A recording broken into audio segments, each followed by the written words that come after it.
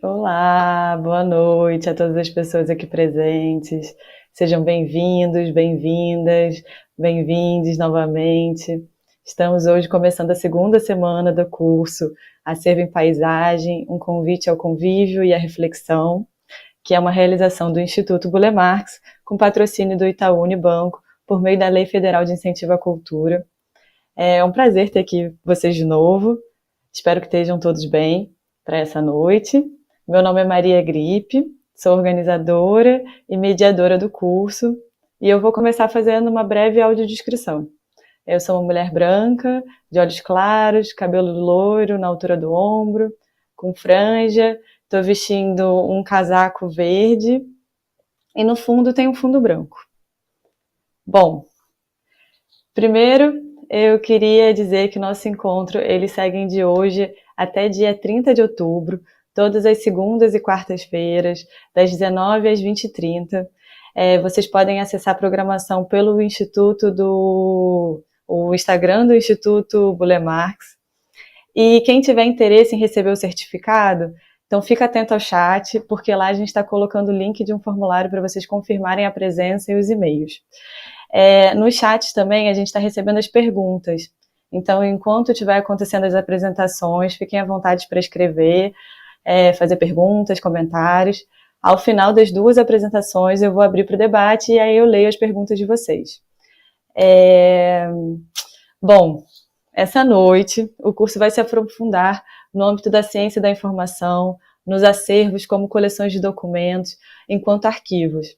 Assim, nosso convite é refletir sobre como esses documentos, que representam os processos de criação de paisagens, de arquiteturas, que trazem reflexões históricas, pensar quais são suas características, como são organizados, tratados, e ainda pensar como os arquivos podem passar por processos de difusão.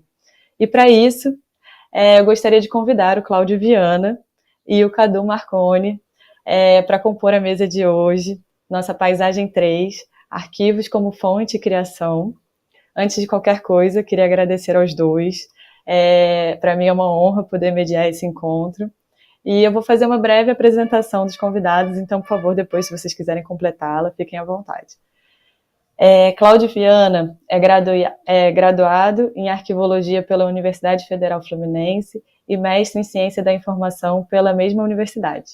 Docente do Programa de Pós-Graduação de Arquivos de Arquitetura da Universidade Autônoma de Lisboa.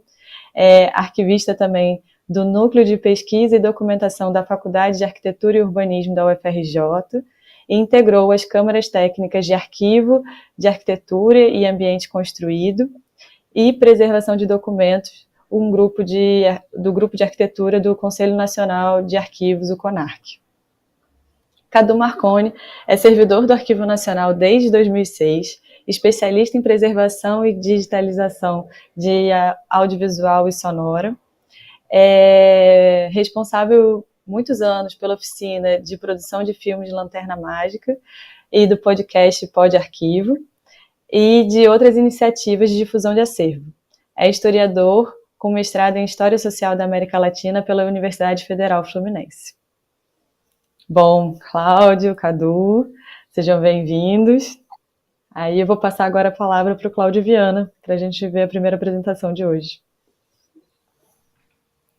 Muito obrigado, Maria. Antes de tudo, gostaria de agradecer esse convite. É uma honra para mim estar aqui ao lado de um colega, fazendo dueto, vamos dizer assim, fazendo dueto com um colega do Arquivo Nacional, uma instituição que também tem muita história na minha vida. Eu fiz uma especialização maravilhosa no Arquivo Nacional, e aí tudo começou a minha vida nos arquivos de arquitetura, foi nessa especialização. Trabalhar com arquivos de arquitetura é algo mágico para um arquivista, são os arquivos interessantíssimos. E esse tema é muito importante porque fala de fonte, né, e fala também de criação. Então, sai daquele viés do arquivo como garantia de direitos apenas, né? Porque nasce o arquivo para garantia de direitos, a busca do cidadão por direitos, para prova. E o arquivo ele tem esse viés da difusão cultural, da criação artística também. É um manancial para a criação artística. Pode passar mais à frente para começar a apresentação, por gentileza. É o título que vai trazer alguma provocação para reflexão de quem trabalha com arquivo, quem pesquisa em arquivos de arquitetura. E eu digo arquivos de arquitetura, seria nos termos do Conselho Internacional de Arquivos, porque inclui não só arquivos de arquitetura, de engenharia, de urbanismo, paisagismo, de engenharia, etc. e tal. Esse quadro inicial que eu trago é um quadro teórico, né? Todos os arquivistas conhecem, mas tem muitas pessoas que podem ser de outras áreas, de outros campos, e eu vou dar uma explicação breve do que seria. E aí no centro tem um documento, e o arquivo de arquitetura, arquivo de urbanismo, arquivo paisagístico, documentos paisagísticos, são documentos que a arquivologia trata como um todo. Então aí você tem as funções arquivísticas, e a gente aqui está especificamente também falando sobre acesso e difusão, que é onde você leva o que está dentro do arquivo para a sociedade, né? Você divulga o que tem no arquivo para a sociedade, e tem outras funções que são desse tratamento arquivístico que justamente permite esse acesso e difusão. Tá? Então eu vou voltar a esse quadro constantemente, porque é um link para toda a apresentação que eu vou passar, porque é o cerne do tratamento arquivístico. Pode passar, por gentileza. E aqui eu começo falando de dois princípios fundamentais no tratamento de arquivo, e seriam esses princípios. Que seriam esses princípios? O princípio da proveniência. Trazendo sempre o exemplo para esse tema desse debate aqui que nós estamos tratando. Então, o princípio da proveniência seria o quê? Uma pessoa física ou jurídica, ela produz documentos de acordo com suas atividades. A gente manter esse contexto de produção íntegro, sem misturar com outros contextos de produção, é garantir a proveniência dos documentos. E aí você tem, através do respeito à proveniência, que se constrói a estruturação interna dos fundos. E eu já percebi que em outros dias do curso de paisagem, arquivos em paisagem, que está sendo apresentado pelo Instituto Burle Marx, alguns colegas trabalharam com a questão de fundos, coleções.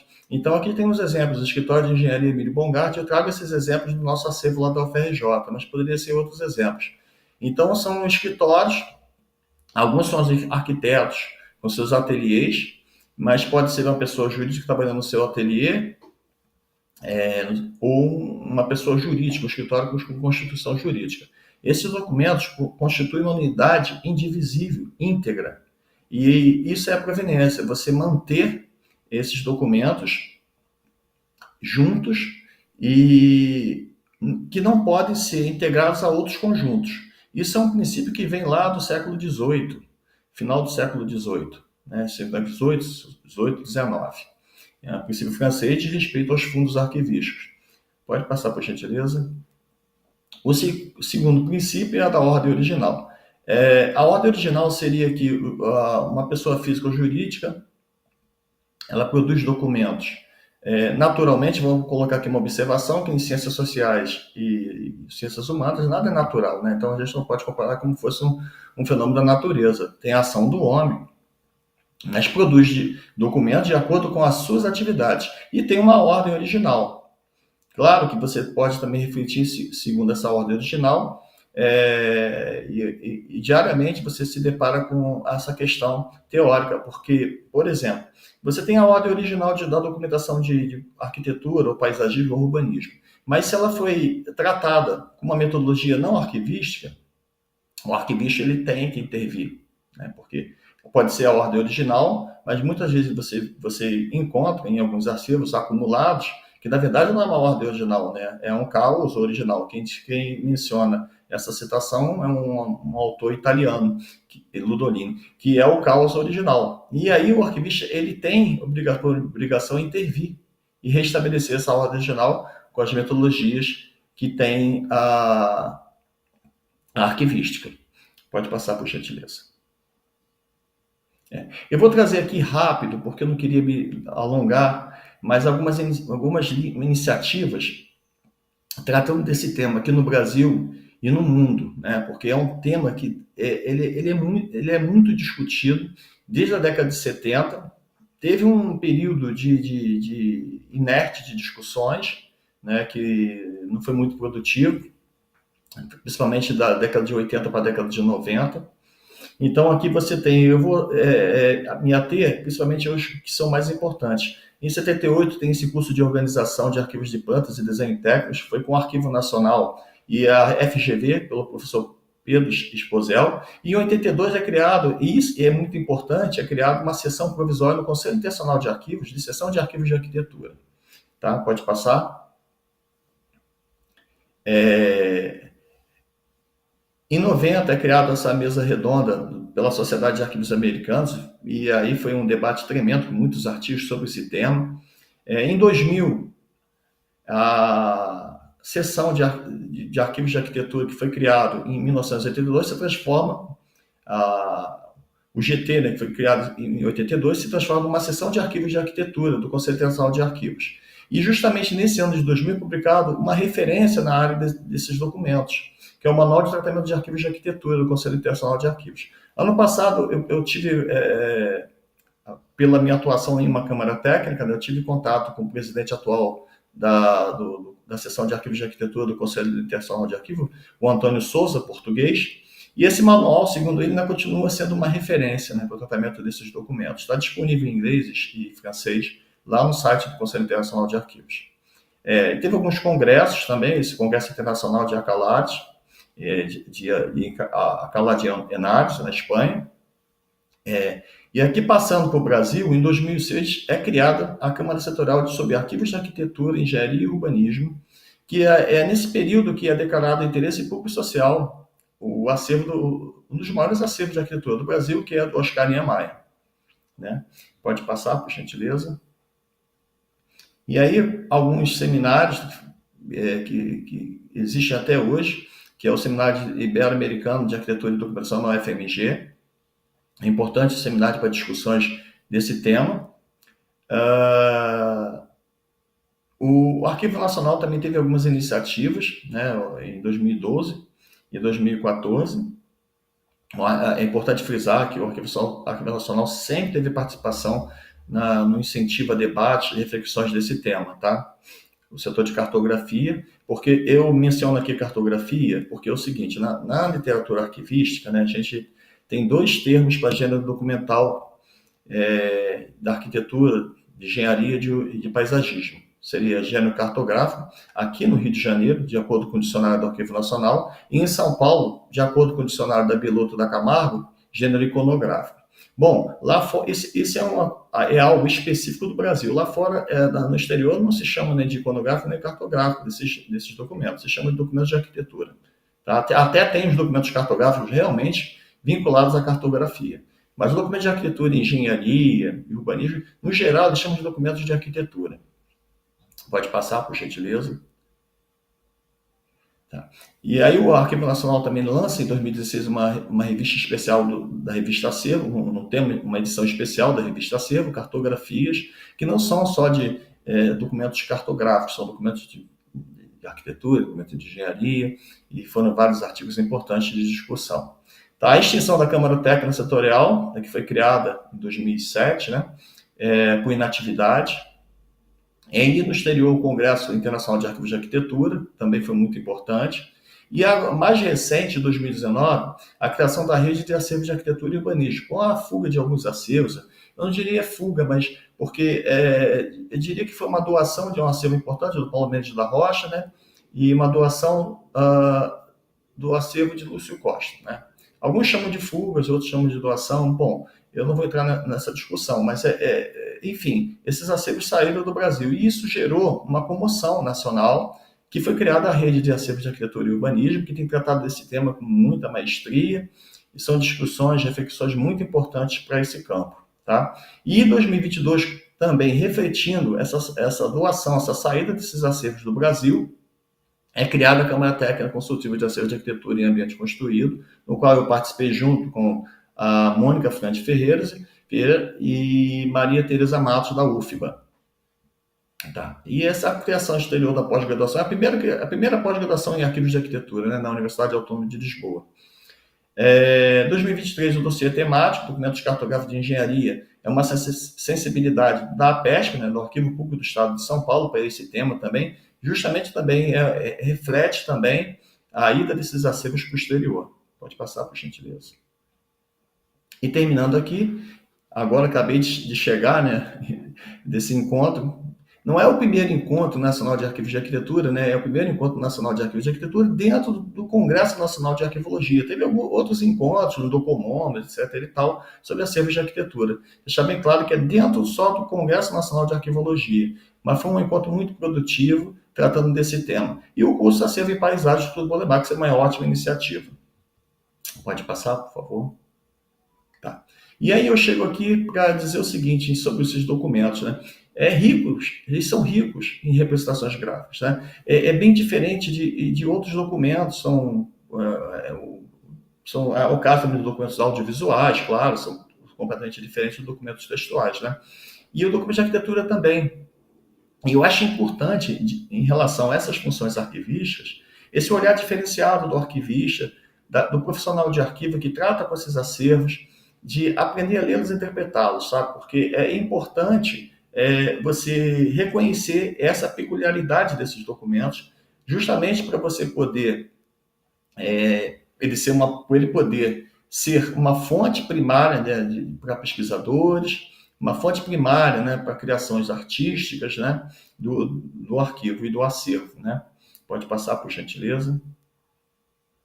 E falando da gestão, a gestão documental, que é algo importantíssimo na arquivística, nas metodologias arquivísticas, e eu coloco até, ressalto, né, a gestão documental deveria ser implantada desde os primeiros esboços até os desenhos definitivos, porque nem sempre é o que a gente vê. Então, é importante a gestão documental justamente para a gente poder difundir esses acervos. Porque se você não aplica a gestão documental, você não consegue dar acesso a esses documentos. Você vai ter mais casos de documentação acumulada, sem tratamento arquivístico.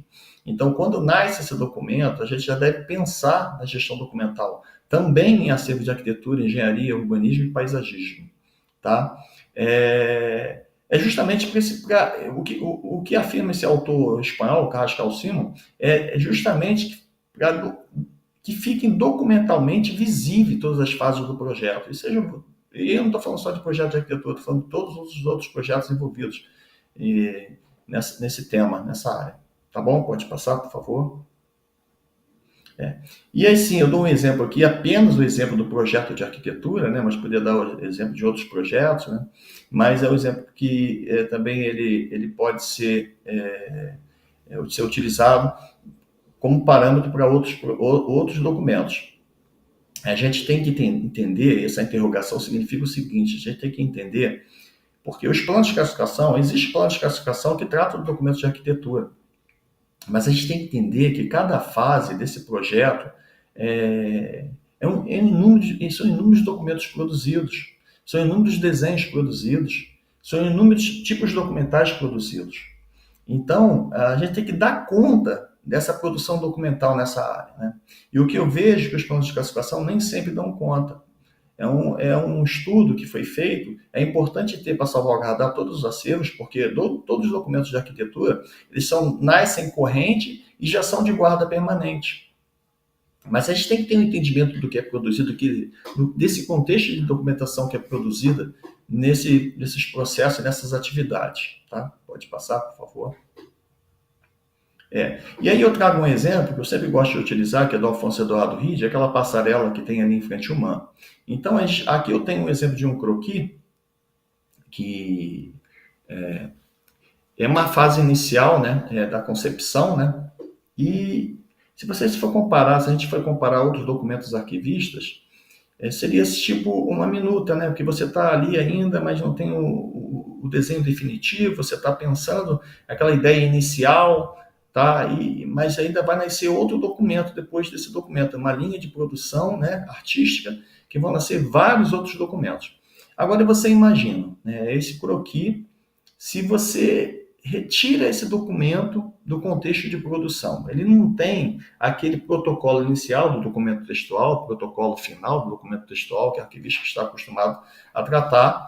E, bom, se for retirado do contexto, com a ajuda de um especialista, né, um estudioso em arquitetura, provavelmente eu consigo restabelecer isso. Mas até especialista, dependendo de alguns documentos, e eu tenho casos lá reais que acontece isso, a gente não consegue restabelecer, dizer de quem foi aquele desenho, de quem foi o produtor daquele desenho, tá?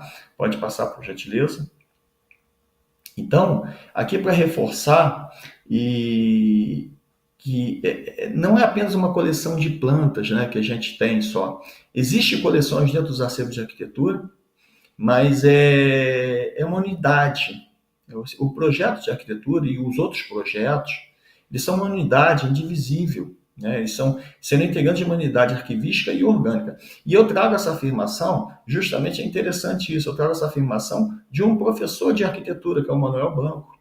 Isso é interessantíssimo, né? No Congresso de Arquivos de Arquitetura e Alcalá de Henares, ele traz essa afirmação, defendendo essa unidade orgânica, justamente porque, por ser um arquiteto, ele sabe que é necessário manter esse conjunto documental íntegro para entendimento de uma pesquisa posterior, ou provavelmente uma reforma, ou uma intervenção, né, no objeto edificado.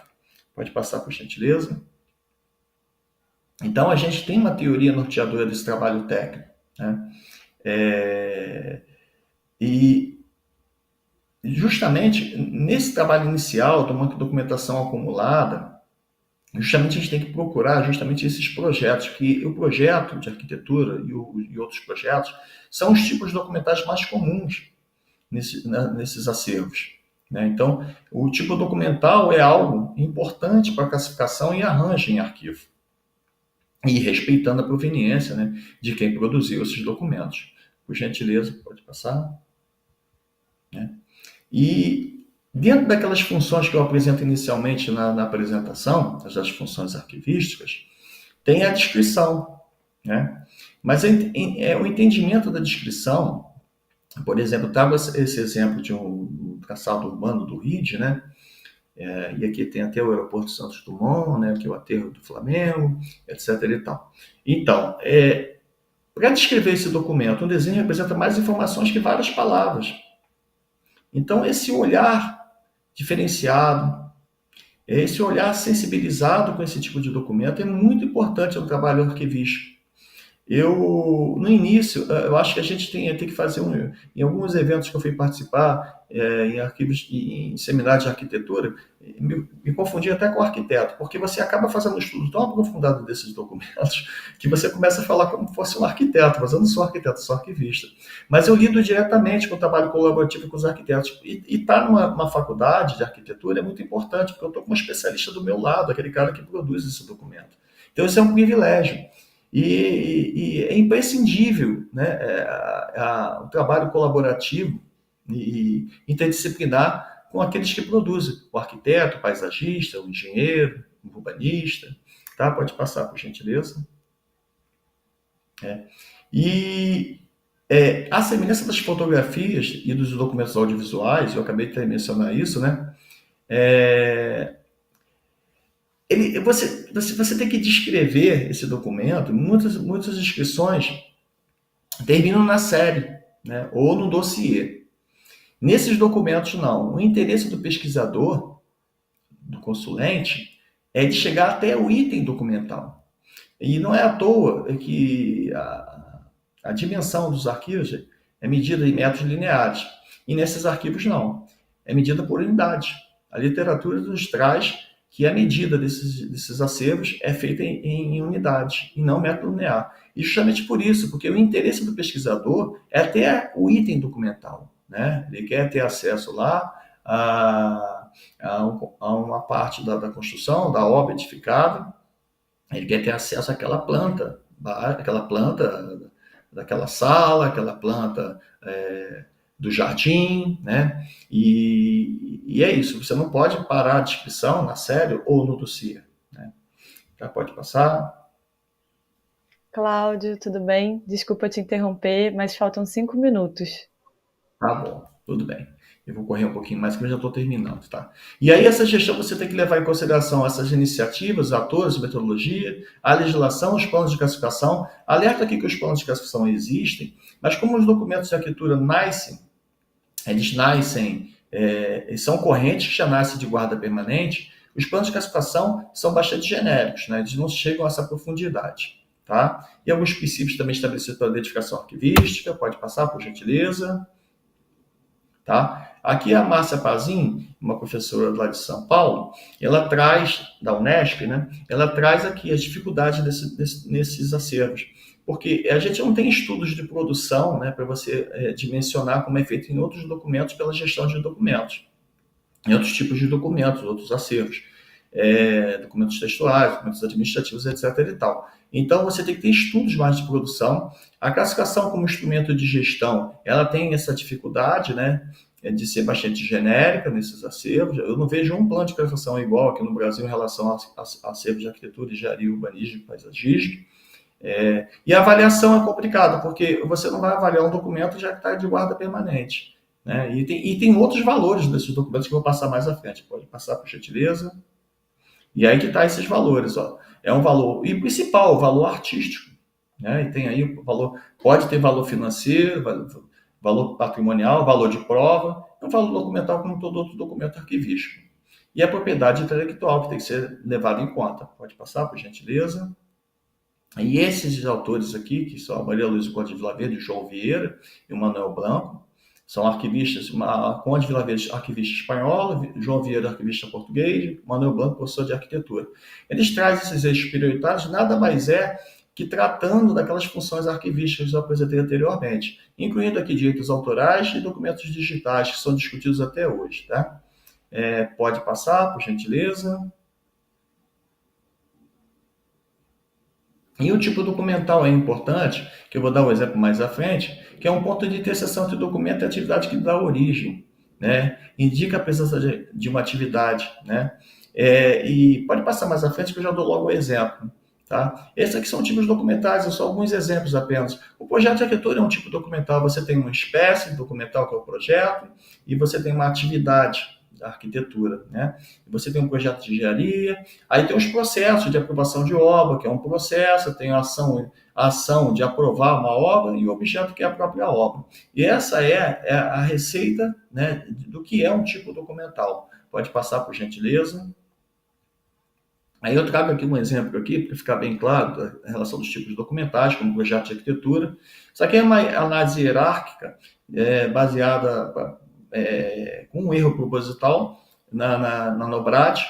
Então tem aqui edifício da ABI, mas podia ser qualquer outro edifício, podia ser o aeroporto Santos Dumont. Mas esse edifício ABI é assunto, tá? E ele está aqui como assunto. O que acontece? Se eu tenho a classificação não por tipo documental, como projeto de arquitetura, ou projeto de construção do edifício da ABI, que é uma ação de projetar a construção do edifício da ABI, ele fica como assunto. Isso me dá o direito de colocar aí, por exemplo, abaixo da ABI, um projeto de reforma.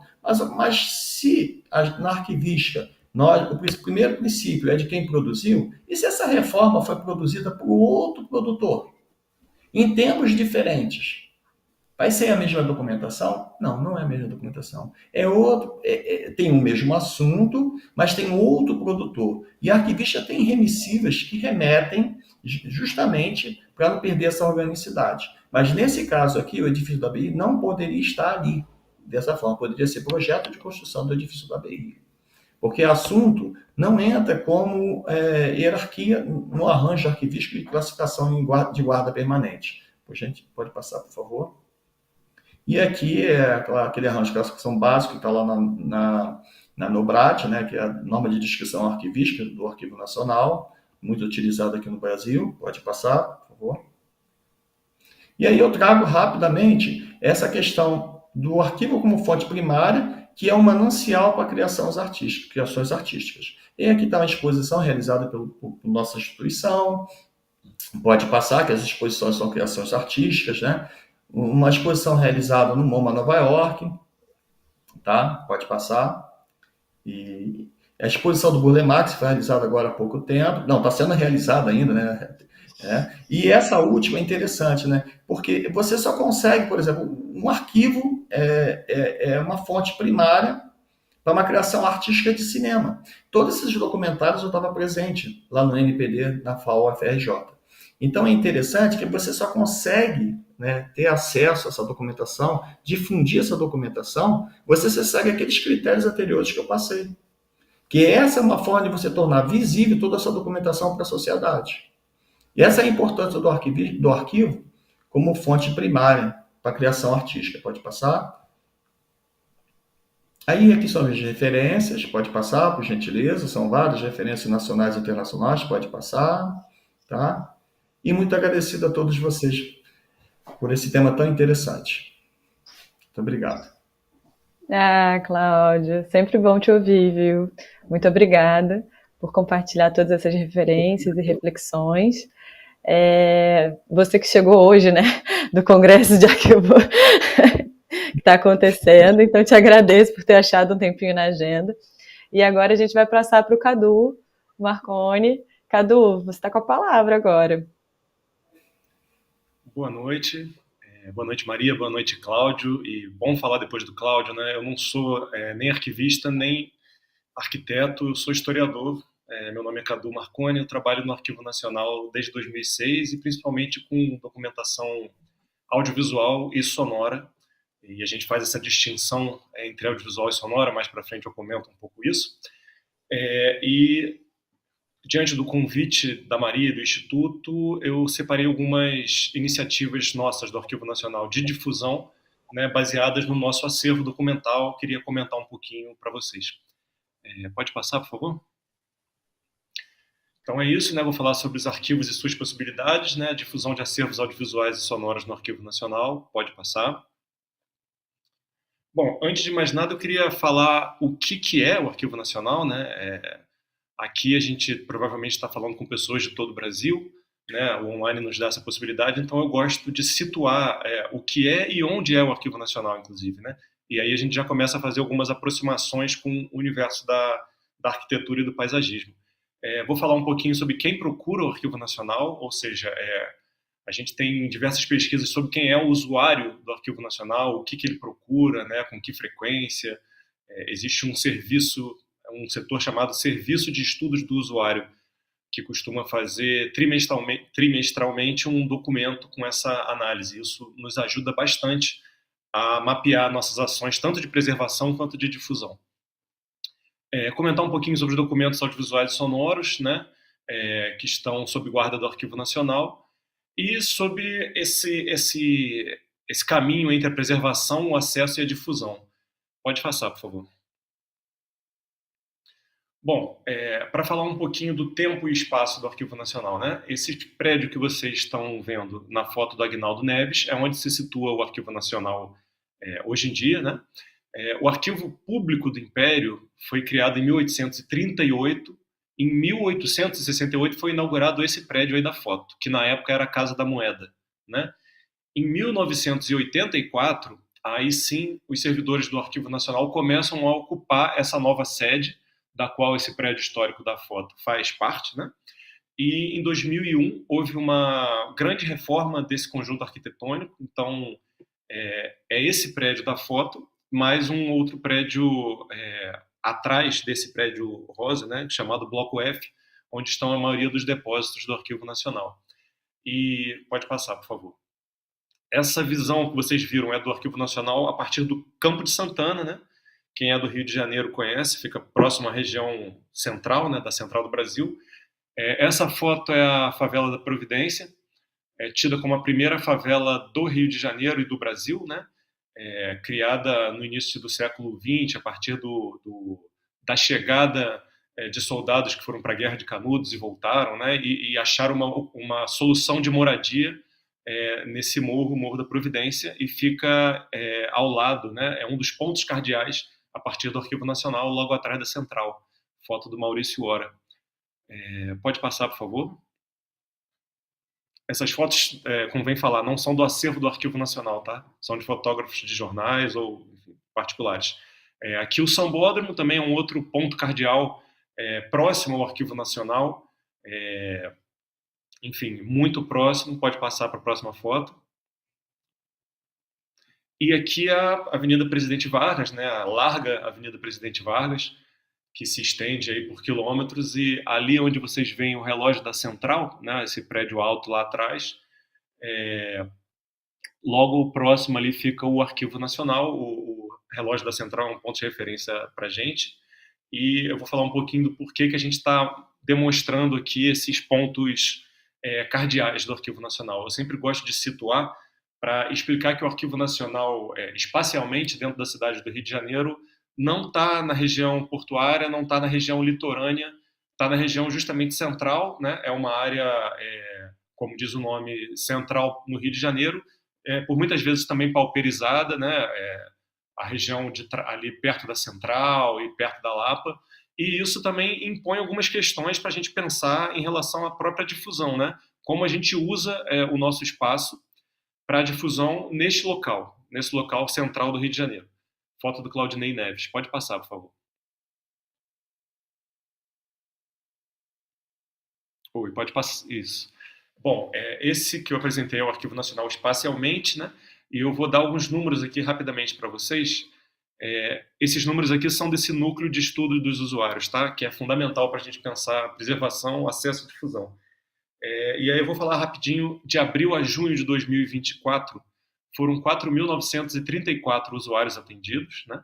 Mais de 500 mil documentos acessados, seja de forma presencial ou remota, e aí, claro, cada vez mais de forma remota, né? Devido ao planejamento do Arquivo Nacional de avançar com digitalização de acervos e colocá-los disponíveis através do sistema CIAN, que é o nosso Sistema de Informações do Arquivo Nacional, e embaixo os números de acesso à plataforma CIAN, ao sistema CIAN, 1.500 acessos. E aí a grande maioria desses acessos e a grande maioria desses atendimentos entra na definição do direito, né?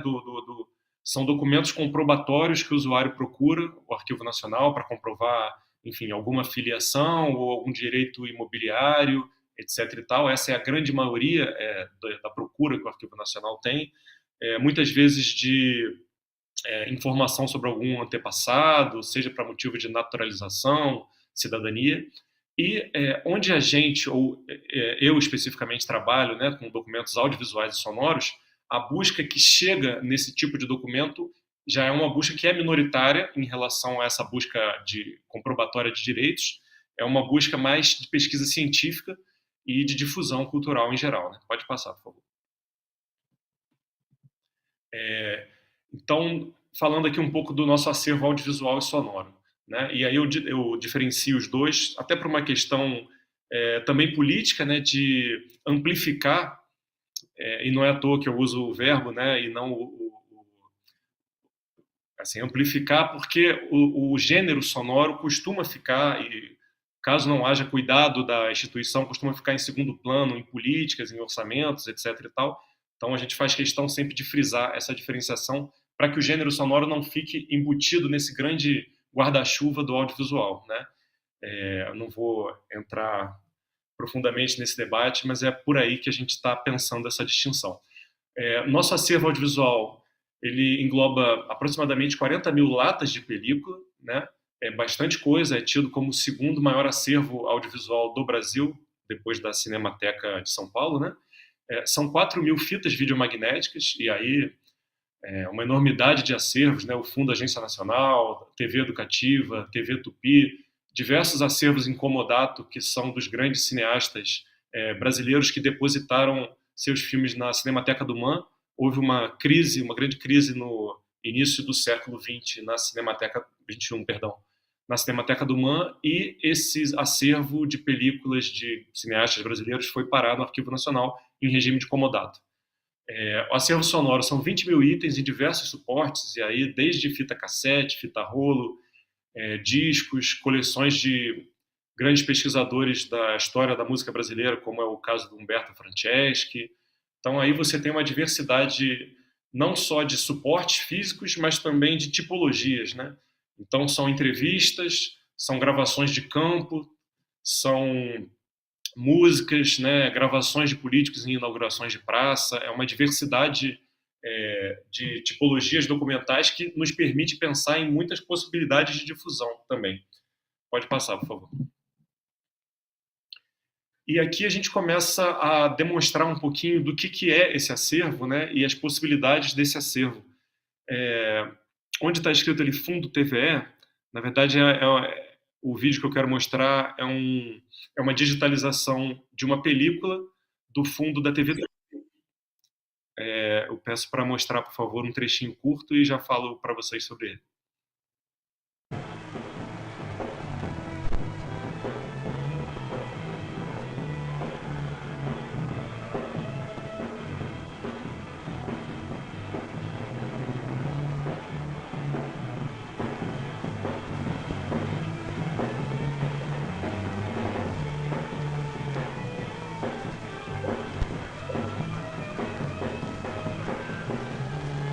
Pode parar. Bom, esse aí, para quem não reconheceu, é o Tim Maia, né? Em 1972, num programa da TV Tupi. Faz pouco tempo, desde novembro do ano passado, a gente conta com um scanner de película no Arquivo Nacional. Por enquanto, a gente tem digitalizado filmes em 16 milímetros, e para breve a gente pretende começar também a digitalização de filmes de 35 milímetros. Então, essa imagem que vocês acabam de ver é uma imagem que provavelmente não foi veiculada na televisão, né? Foi filmada e ficou como uma sobra para possível uso, etc. e tal. Então, boa parte do fundo TV Tupi e do fundo da TV Educativa, que a gente tem se debruçado também agora, é de material inédito, nesse sentido de que nunca foi veiculado, né? O fundo Santiago Dantas, se puder também tocar, por favor, é um jingle da década de 50, que vocês vão ver, bastante interessante, veiculado, né? Você não deve perder a Macumba numa noite do 4º centenário. Um impressionante espetáculo de cores, ritmo e coreografia. A mais pura manifestação da arte folclórica num show autêntico, belo, fascinante. Vá a Macumba no Maracanã, dia 13 de maio, às 18 horas. Vá a Macumba no Maracanã, dia 13 de maio, às 18 horas.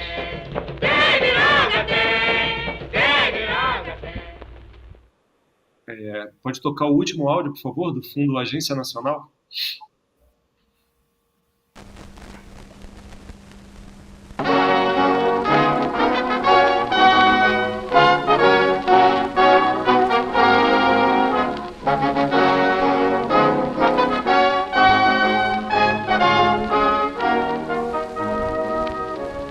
Temos o prazer de apresentar aos nossos ouvintes do Brasil um novo programa, o Rádio Teatro das Américas. Trata-se de uma série de peças dramáticas de autoria de Art Obler, o famoso radioautor norte-americano, um dos maiores escritores contemporâneos deste novo gênero literário, o teatro radiofônico. Dadas, porém, as condições excepcionais deste momento histórico, este primeiro programa vai ser dedicado a uma secção especial, o radiodrama Brasil em Guerra. Bom, esse último áudio eu não preciso explicar, porque o próprio narrador já explica do que se trata, né? É um programa chamado Rádio Teatro das Américas. Foi feito pela BBC de Londres, em português, para fazer propaganda de guerra no Brasil. E foi acumulado pela Agência Nacional, né? Pode voltar, por favor, para o anterior? Isso. Só para comentar um pouquinho. Né? O anterior é um jingle da década de 50, que foi veiculado nas rádios, né? Convocando e convidando o público a participar de um evento chamado Macumba do Maracanã, né? E esse filme do Tim Maia. Eu mostrei isso tudo para mostrar um pouco da diversidade documental guardada no Arquivo Nacional e as possibilidades que a gente tem no uso desses documentos para a geração de outros documentos, né? de outros produtos, caso assim queiramos chamar. Agora sim pode passar. E um desses produtos que a gente criou, né, um desses frutos da difusão do Arquivo Nacional foi a criação de um podcast. Há alguns anos a gente criou um podcast chamado Pod Arquivo, né, usando essa brincadeira com a coisa da conservação, né, e o pó realmente muitas vezes presente em arquivos, né. Então, a gente criou uma série de episódios tentando utilizar um pouco do nosso acervo, mas também um pouco do nosso trabalho, descrevendo o dia a dia da conservação, da preservação, dos pequenos reparos. Foi uma experiência muito exitosa na época. Tem um trechinho aqui de um dos podcasts, de um dos episódios que eu gostaria de mostrar para vocês. A gente fez uma espécie de teatralização, né? Um servidor gravou a voz de um censor e tem uma voz muito impostada e tal. A gente usou ele como voz de um censor para demonstrar e contextualizar um documento produzido pela Censura Federal, que censurou uma música do cantor Tom Zé, na época, né? Uma música que era uma sátira política, etc. e tal. Então a gente conseguiu pegar o documento da censura, o relatório da censura, e a fitinha cassete contendo a música censurada do Tom Zé, e fizemos um episódio que a gente pode ouvir um trechinho agora, por favor.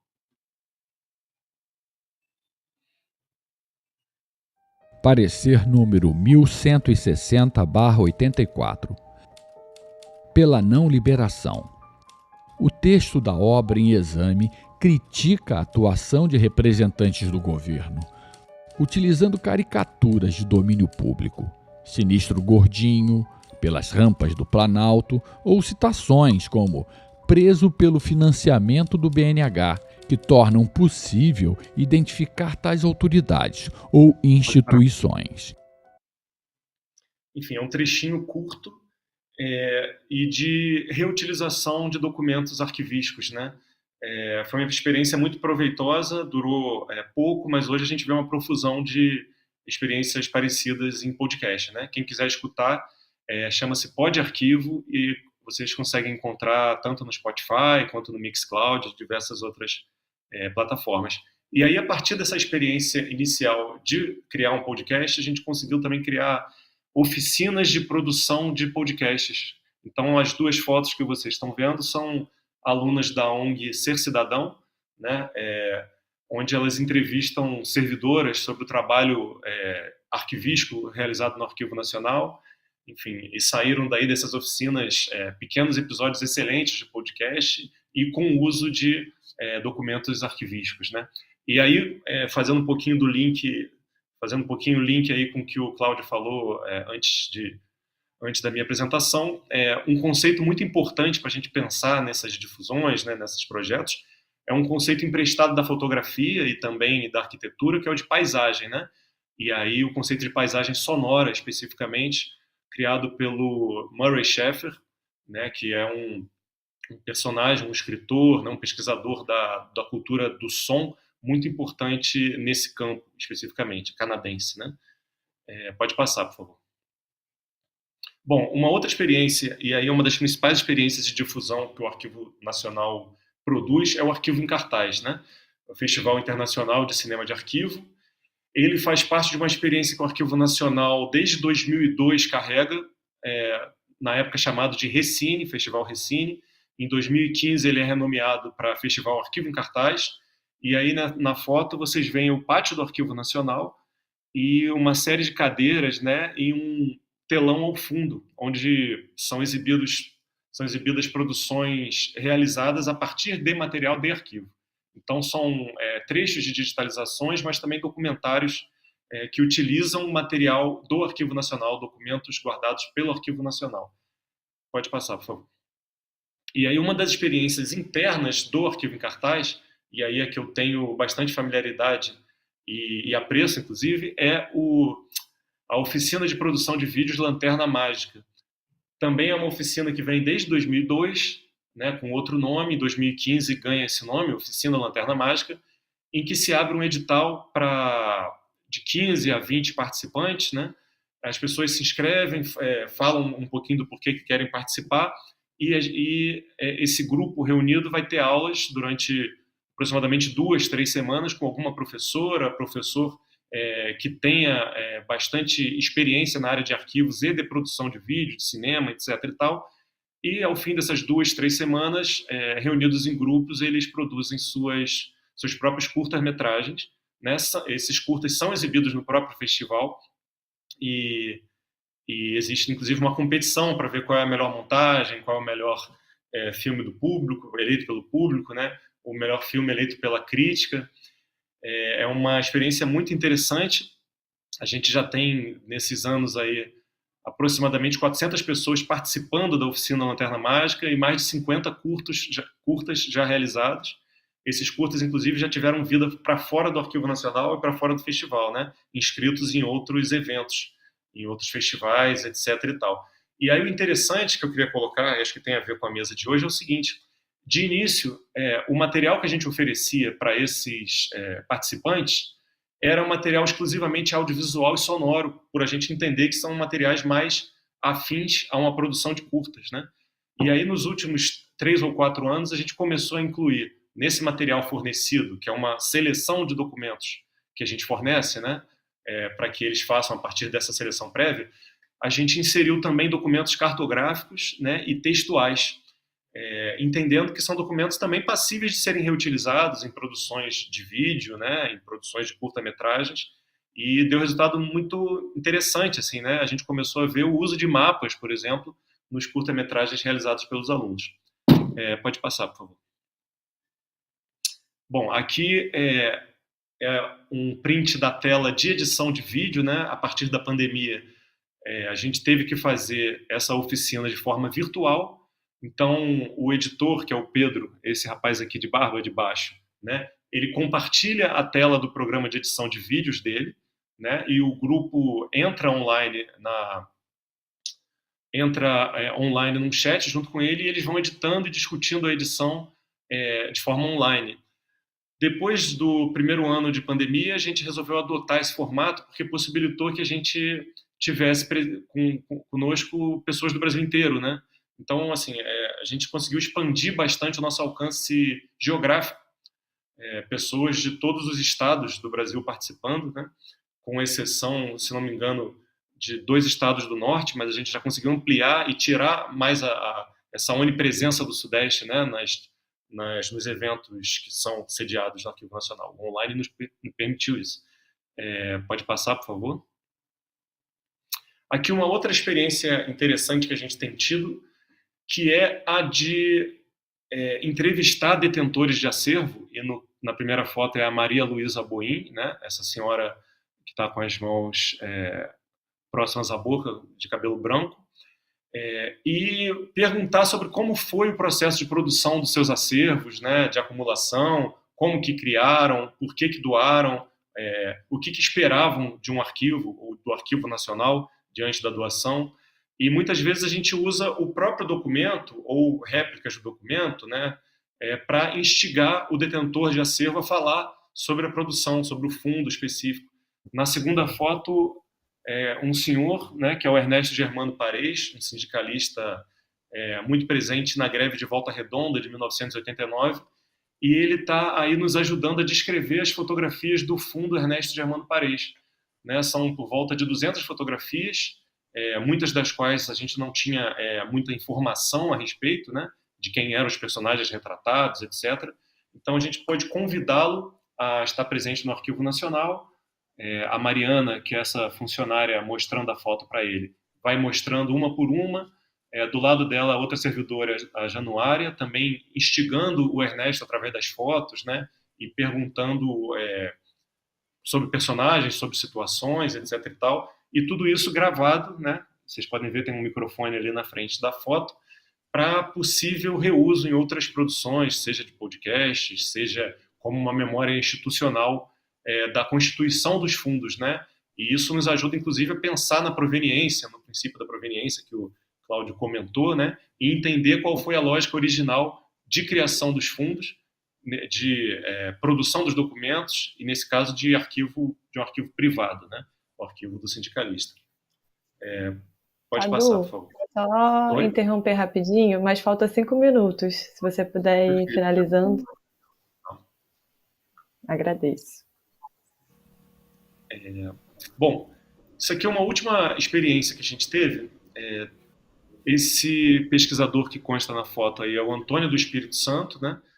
Tem um acervo interessantíssimo de croquis e gravações de eventos que têm a ver com a cultura afrodiaspórica no Sudeste como um todo, né? Em Minas, Espírito Santo e Rio de Janeiro.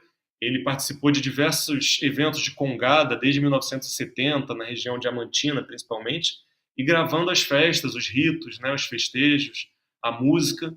E o que tem de muito interessante no acervo dele, que, enfim, ele acabou de entrar com um pedido de declaração de interesse público e social junto ao CONARC, isso está em processo ainda, são também croquis que ele desenha a partir de instrumentos coloniais que constam em fotografias do acervo, né? Então, ele também é luthier e tem um trabalho já desde a década de 70 de construir instrumentos artesanais, claro, a partir dos documentos vislumbrados em acervos coloniais. Então, eu vou pedir, não precisa nem passar o primeiro vídeo, mas vou pedir para passar o segundo vídeo, que é uma exibição do quarteto que toca com ele, né, para justamente exemplificar esses instrumentos que ele constrói a partir de croquis e desenhos coloniais. E, enfim, eles tocaram lá no Arquivo Nacional num evento realizado no início desse ano.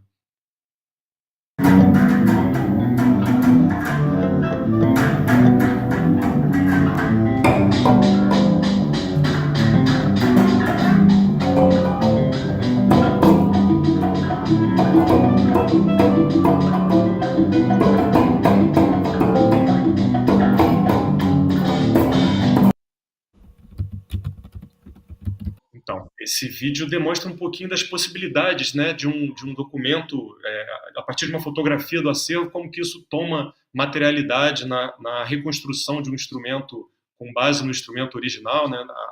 Vocês acho que conseguiram ver ao fundo, no telão lá do auditório do Arquivo Nacional, uma imagem de um croquis desenhado pelo próprio Antônio do Espírito Santo, a partir também da experiência dele em Diamantina, quando ele teve contato com diversos instrumentos que tinham muito a ver, né, instrumentos produzidos na década de 70, mas que tinham a ver com aqueles instrumentos coloniais dos documentos, né? Bom, já que está acabando, eu não vou comentar aqui, mas eu coloquei uma série de outras instituições com experiências de difusão documental muito interessantes, e aí acho que quem quiser pesquisar pode dar uma olhada em geral, né? Pode passar, por favor. E aqui uma bibliografia também que tem a ver com difusão audiovisual e sonora, mas também tem a ver justamente com esse conceito de sensibilização em arquivos, né? E eu acho que é disso que se trata aqui, né? O próprio Acervo em Paisagem, o título dessa mesa que a gente está presente hoje, tem a ver com essa provocação também poética, né? Do que fazer com arquivos para além da comprovação de direitos. Bom, é isso que eu gostaria de falar. Obrigado.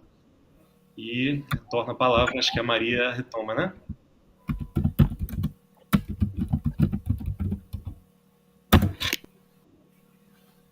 Desculpa, estava aqui. Mas, Cadu, muito interessante, muito rico ver os projetos que você está realizando e como esses acervos tomam outras materialidades, né? Em função dos processos de fusão. Agradeço aos dois, acho que a gente conseguiu caminhar nesse caminho, traçar através da experiência de vocês, né, essa relação com a paisagem, seja na organização dela, seja no pensar dela, até esse processo de recriar e tornar a paisagem como outros territórios, né, que não só os físicos, mas também os do audiovisual, da sonoridade, os documentais e também em outras fontes que a gente vai acessar de outras formas. E aí eu acho que foi tão rica a mesa, gente, que as referências e os debates foram muito as pessoas trocando sobre referências no chat. Então, eu tenho algumas perguntas agora está aberto o debate, então quem quiser fica à vontade aí para mandar para a gente ler. Mas já de antemão tem aqui uma pergunta, aí eu vou puxando, tá? Mas onde estão disponíveis os documentos citados pelo Cláudio? Aqueles documentos os documentários, desculpa, Cláudio, aqueles documentários que você apresentou no final. Então, excetuando Bernardes, né? Porque o acervo do Sérgio Bernardes é um comodato que a gente tem com a família Bernardes, né? Eles estão disponíveis no NPD, não só esse, tem outros documentários disponíveis que foram gravados, ou a maior parte das dependências do NPD, e alguns fora, mas com documentos do acervo. Eles estão disponíveis para consulta, possíveis cópias. O Bernardes não, mas a viúva, a Kika Bernardes, ela concede acesso a essa cópia tranquilamente, pode entrar em contato comigo. Eu amanhã vou estar numa reunião com ela, posso comentar com ela que o interesse, que foi um documentário premiado na Europa, O documentário é maravilhoso. Esse documentário, eu acho que 80%, 70% foi gravado nas dependências do NPD. É um documentário muito rico, muito bacana. Todos os outros também são muito bacanas do RID. Temos vários documentários. Eu acho que aí prova o quanto um arquivo, como fonte primária, ele fornece material inédito para você criar criações artísticas, seja no cinema, seja em artístico, em geral, exposições, etc. Além de ser um material para pesquisa acadêmica, né, de mestrado, doutorado, livros e etc. e tal. Acho que eu respondi, né, Sam?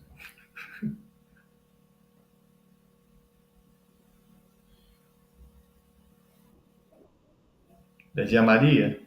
Mas, Cadu, eu achei que eu tô aqui de novo. Ai, gente. Foi engraçado, porque eu tava vendo vocês, depois eu perdi vocês. Mas eu ouvia, então, entrar em contato com você com o NPD para acessar os documentos e tudo mais, né, Cláudio? Desculpa. Isso.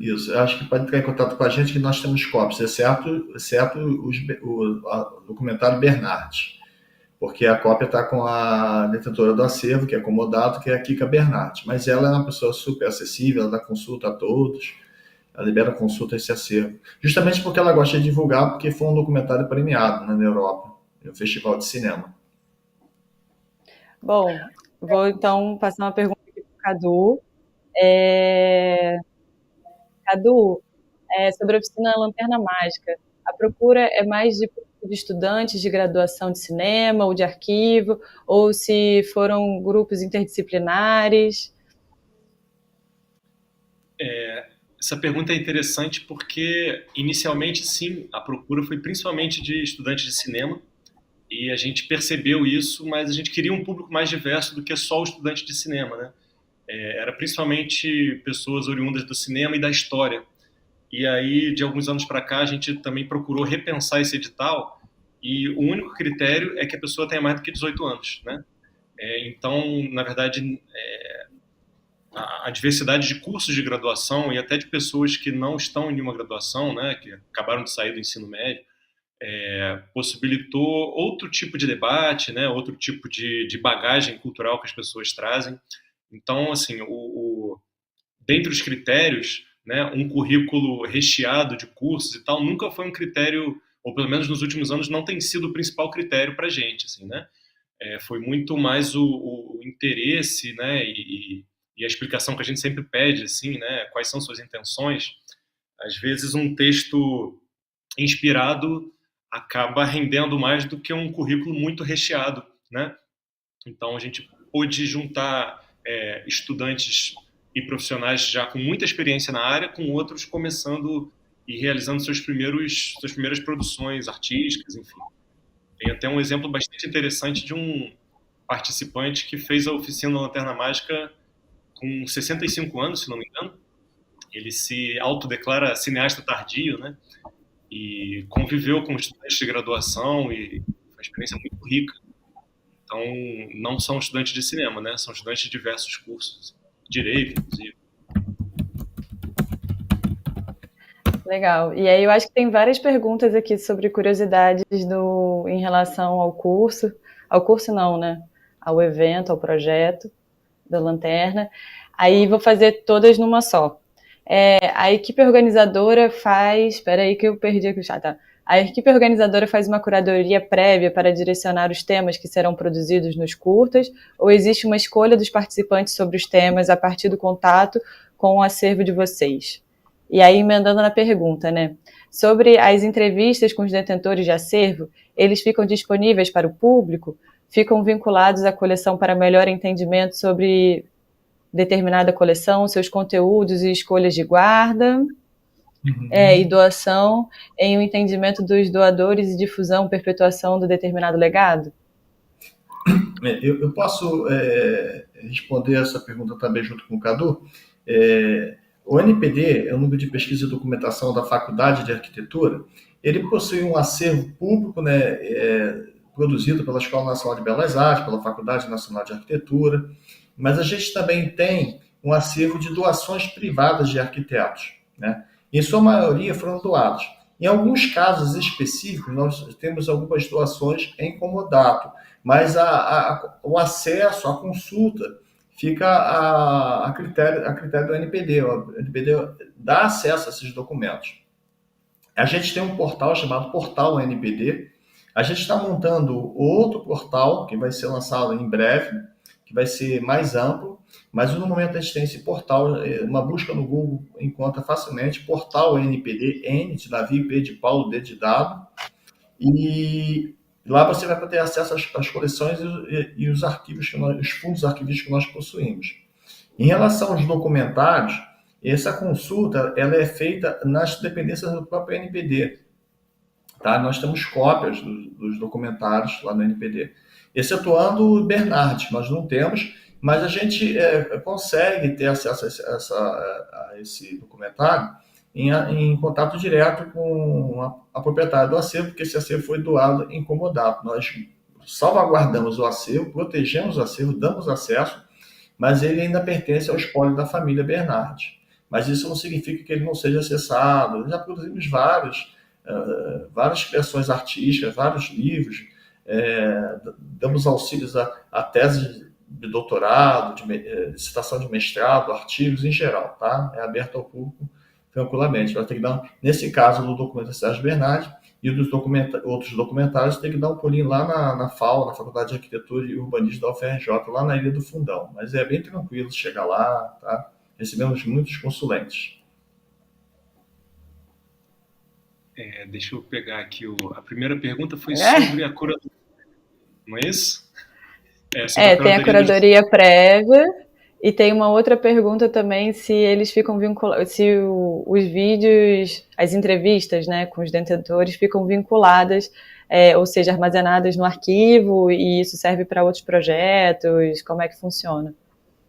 Bom, assim, diante da imensidão, né, do acervo documental do Arquivo Nacional, a gente faz uma curadoria até para forçar um exercício de minimalismo, né, na hora de você produzir o seu curta. Então, a gente tenta oferecer, né, essa curadoria nossa de documentos audiovisuais, sonoros, cartográficos, iconográficos.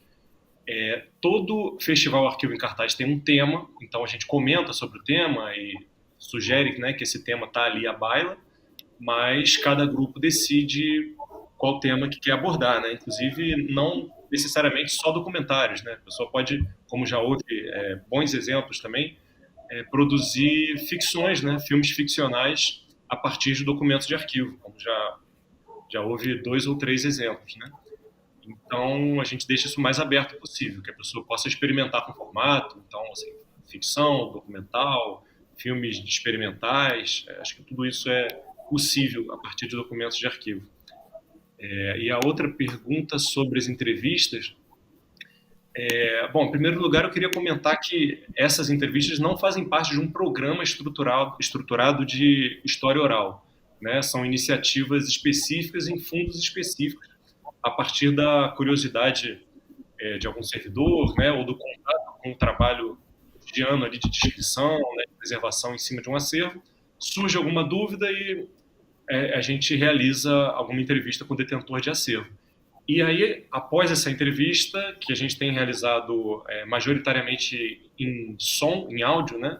Não em vídeo, por enquanto, mas sim, isso fica anexado como fonte paralela ao acervo. Sim. Então, no CIAN, por exemplo, esse exemplo do Ernesto Germano Paredes, você procura lá o fundo Ernesto Germano Paredes e vai estar anexado a entrevista que a gente realizou com ele, a descrição de fotografia.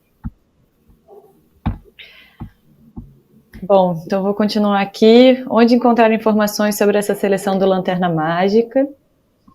E aí já vou emendando em outra, que é da Tereza Raquel. Anteriores foram Isabela, Ono, a Paula também fez pergunta, a Natália Roberta de Souza, e a pergunta, juntando onde encontrar as informações do Lanterna Mágica, também vem: o Arquivo Nacional faz parcerias de estudos e projetos educacionais com instituições tipo o Ser Cidadão de Santa Cruz, no Rio de Janeiro?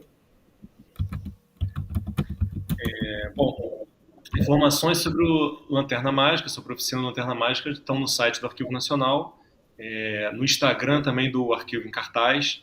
Esse ano, infelizmente, a gente não vai ter, seria nessa parte do ano, justamente, né? Que a gente teria o Festival Arquivo em Cartaz, mas a gente tem um histórico do que foi a oficina nos últimos anos. Então, acho que era essa a pergunta, né? Onde você encontra as informações. Esse ano, infelizmente, não teremos, mas a partir do ano que vem, eu espero que a gente retome esse projeto. A segunda pergunta, Maria? Desculpa. Se o arquivo faz parcerias de estudos e projetos educacionais com instituições tipo o Ser Cidadão de Santa Cruz, no Rio de Janeiro. Sim. Nas fotografias, inclusive, que eu mostrei, tem um projeto de parceria com a Ser Cidadão, né? Ser Cidadão realizou muitos trabalhos em conjunto com o Arquivo Nacional, principalmente tinha um curso de introdução à arquivologia, alguma coisa assim, preliminar, né? E também oficinas sobre produção de papel. A gente tem uma fábrica de papel, né? Para quem não sabe, no Arquivo Nacional. Então, produção de papel, produção de conteúdo sonoro, né? Podcasts. Então, assim, caso alguma instituição ou escola queira contactar o Arquivo Nacional e propor parcerias do tipo, estamos à disposição. E só uma coisa a mais, eu lembrei agora, além da oficina Lanterna Mágica, nos últimos 2 anos a gente teve uma experiência também muito interessante, que é a Lanterninha Mágica, voltada para escolas, né? Então é a mesma lógica de produção de curtas, mas voltada para ensinar técnicas de produção de documentários com celular, por exemplo, né? E a partir de acervo privado, pessoal, né? Dos alunos e dos participantes. Então é uma Lanterna Mágica voltada para adolescentes. Ai, que delícia. Bom, a gente está chegando no final e queria passar a palavra para vocês agora, se vocês querem fazer algum encerramento, alguma consideração. Da minha parte, é sempre bom ter vocês aqui numa mesa, fiquei muito feliz. Bom, eu queria elogiar o trabalho do Cadu, porque eu já conheço o Arquivo Nacional há 2 décadas, e eu acho muito bacana, extraordinário, quando você leva a sociedade para dentro do arquivo, né? Essas parcerias com a sociedade civil, de você estimular a educação no arquivo, as criações artísticas do arquivo. Acho que é algo assim maravilhoso e eu gostaria de parabenizar, que é uma casa que eu tenho muito carinho, e para mim o arquivo ele só tem valor se você leva essas informações para a sociedade. Eu acho que é isso. Ela não tem que ficar guardada, tem que ser difundida, e é isso. O arquivo é uma instituição cultural, é um lugar de ciência, e eu gostaria de parabenizar pelo trabalho excelente. Cadu, tá sem áudio. Oi, desculpa. Bom, queria agradecer as palavras do Cláudio aí e dizer que também é muito bom poder te escutar, né? E, enfim, aprender um pouco mais sobre uma área que talvez específica, né? E não da formação, por exemplo, minha, que foi em História, ou talvez também não, né? Provavelmente ainda há a falta de disciplinas específicas ligadas a acervos de arquitetura, né? De paisagismo, etc. Mas, para mim, está sendo muito interessante ter contato com uma área que, para mim, é muito... Para mim é novidade, né? Claro que deve ter já seus anos e anos de estabelecimento, mas... E agradecer também a Maria, né? Ao convite, né? E a possibilidade de estar debatendo aqui produções nossas e pensamentos em relação à memória, à paisagem, arquitetura, história, né? Essas áreas... tem que convergir, né? Precisam convergir. E aqui acho que surgiram boas ideias sobre o tema. Então, obrigado. E obrigado a todo mundo também que está escutando até agora. Maria fez um dueto especial hoje. Um pouco inusitado, né, gente? Talvez. Mas eu acho que um pouco a proposta do curso é trazer essa dimensão da paz, assim, a gente se inspirou poeticamente na ideia dos jardins de Burle Marx e no próprio acervo, que eu acho que o Cláudio trouxe muito brilhantemente a ideia de como esses acervos são transversais, né? Eles têm as suas especificidades, mas eles são compostos por muitas articulações, por muitas áreas de pensamento, a partir de muitos valores, né? Então, esse valor artístico, esse valor documental, esse valor histórico. E aí foi olhando para esses documentos e trabalhando neles durante 5 anos, que é o tempo que o Instituto tem de vida, que a gente pensou talvez um curso que ele fosse transversal nesse sentido, né? Então, juntar vocês dois para mim também é uma honra. Cláudio, também acho que vale um agradecimento especial. O NPD tem seguido junto com o Instituto Burle Marx em muitas iniciativas, então reforçar essa parceria, te ouvir, que você saiba também que você é uma referência nos estudos lá do Instituto. Então, quando a gente estava pensando uma forma de estruturar a organização, o nosso arquivo, pensá-lo, você foi uma referência nesse sentido. O NPD é uma referência, os institutos, os acervos de arquitetura, eles estão muito vinculados à universidade, então para a gente também fazer essa articulação é importante. E acho que com o Cadu é isso também, né? Assim, é o interesse de uma organização que quer pensar esse acervo não só num processo, mas nessas todas as dimensões que o acervo tem, né, que os arquivos têm, e fazer esse diálogo externo, como o Arquivo Nacional faz, com o peso que o Arquivo Nacional tem, com os arquivos que são magníficos, né, desse acervo. Eu acho que isso é de uma riqueza, e pensar a criatividade, a demanda e a logística que é fazer isso, né? E como cada vez mais vocês estão tentando ampliar esse debate e de uma maneira contemporânea, né? Então, agradeço aos dois palestrantes, foi uma noite incrível, muitos agradecimentos aparecendo aqui no chat também, então não são só meus, mas eu acho que vocês fomentaram discussões juntos, em paralelo também, e queria só chegar ao final, que é dizer que semana que vem não, gente, olha, eu tô tão nervosa hoje, que essa internet que pipocou de novo, mas quarta-feira a gente tem mais um encontro, às 19 horas, com Pablo Lafuente e o Leno Veras. Então, eu fico esperando vocês para mais um dia de curso. E é isso. Agradeço muito de novo. Tenham uma boa noite a todos. E até breve. Até breve. Obrigado a todos. Foi uma honra estar aqui com vocês. Boa noite, todo mundo. Tchau, tchau.